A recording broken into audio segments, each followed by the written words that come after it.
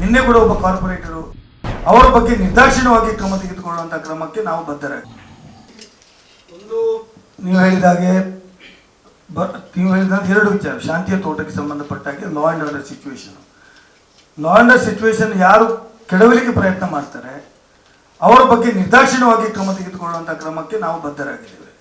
ಅದಕ್ಕಾಗಿ aunty communal ಒಂದು forces ಮಾಡ್ತೀವಿ, ಒಂದು ಸಮಿತಿ ಮಾಡಿ ಇಲ್ಲಿಂದ ಟಾಸ್ಕ್ ಫೋರ್ಸ್ ಅನ್ನು ಮಾಡ್ತೇವೆ ಅಂತೇಳಿ ಈಗಾಗಲೇ ಪರಮೇಶ್ವರ್ ಅವರು ಘೋಷಣೆಯನ್ನು ಮಾಡಿದ್ದಾರೆ. ಮತ್ತು ತಾವು ಹೇಳಿದಾಗೆ ಸ್ವಾಮಿ ವಿವೇಕಾನಂದ ಹೆಸರಿನಲ್ಲಿ ಏನು ಶಾಂತಿ ಸೌಹಾರ್ದತೆಗೆ ಸಂಬಂಧಪಟ್ಟಾಗ ಒಂದು ಟಾಸ್ಕ್ ಫೋರ್ಸ್ ಮಾಡಬೇಕಂತ ಹೇಳುವುದನ್ನು ಮುಂದಿನ 3ನೇ ವರ್ಷಕ್ಕೆ ಅದು ಜಾರಿ ಆಗ್ತದೆ ಅಂತ ಹೇಳುವುದನ್ನು ತಮ್ಮ ಗಮನಕ್ಕೆ ತರಲಿಕ್ಕೆ ಬಯಸ್ತೇನೆ.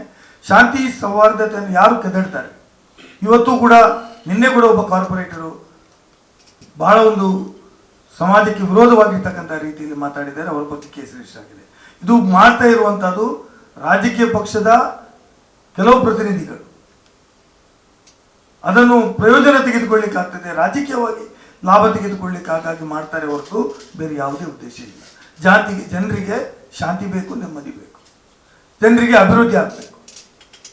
ಇವತ್ತು ರಾಜ್ಯದಲ್ಲಿ ಸಾಕಷ್ಟು ಕಾರ್ಖಾನೆಗಳು, ಸಾಕಷ್ಟು ಇನ್ವೆಸ್ಟ್ಮೆಂಟ್ ಬಂದಿದೆ. ಆದರೆ ನಮ್ಮ ಜಿಲ್ಲೆಗೆ ಬರದೇ ಇರಲಿಕ್ಕೆ ಕೆಲವೊಂದು ಕಾರಣಗಳು ಇರಬಹುದು. ಹಾಗಾಗಿ ಇದನ್ನು ಸರಿ ಮಾಡ್ತೇವೆ. ಖಂಡಿತವಾಗಿ ಇದನ್ನು ಮುಂದಿನ ದಿನಗಳಲ್ಲಿ ಇದರ ಬಗ್ಗೆ ಮೊನ್ನೆ ಮುಖ್ಯಮಂತ್ರಿಗಳು ಹೇಳಿದ್ದಾರೆ, ನಿರ್ದಾಕ್ಷಿಣ್ಯವಾಗಿ ಕ್ರಮ ತೆಗೆದುಕೊಳ್ತೇನೆ ಹೇಳಿದ್ದಾರೆ. ಮುಂದೆ ಅವರು ಈ ಜಿಲ್ಲೆಗೆ ಬಂದು ಈ ಜಿಲ್ಲೆಯಲ್ಲಿ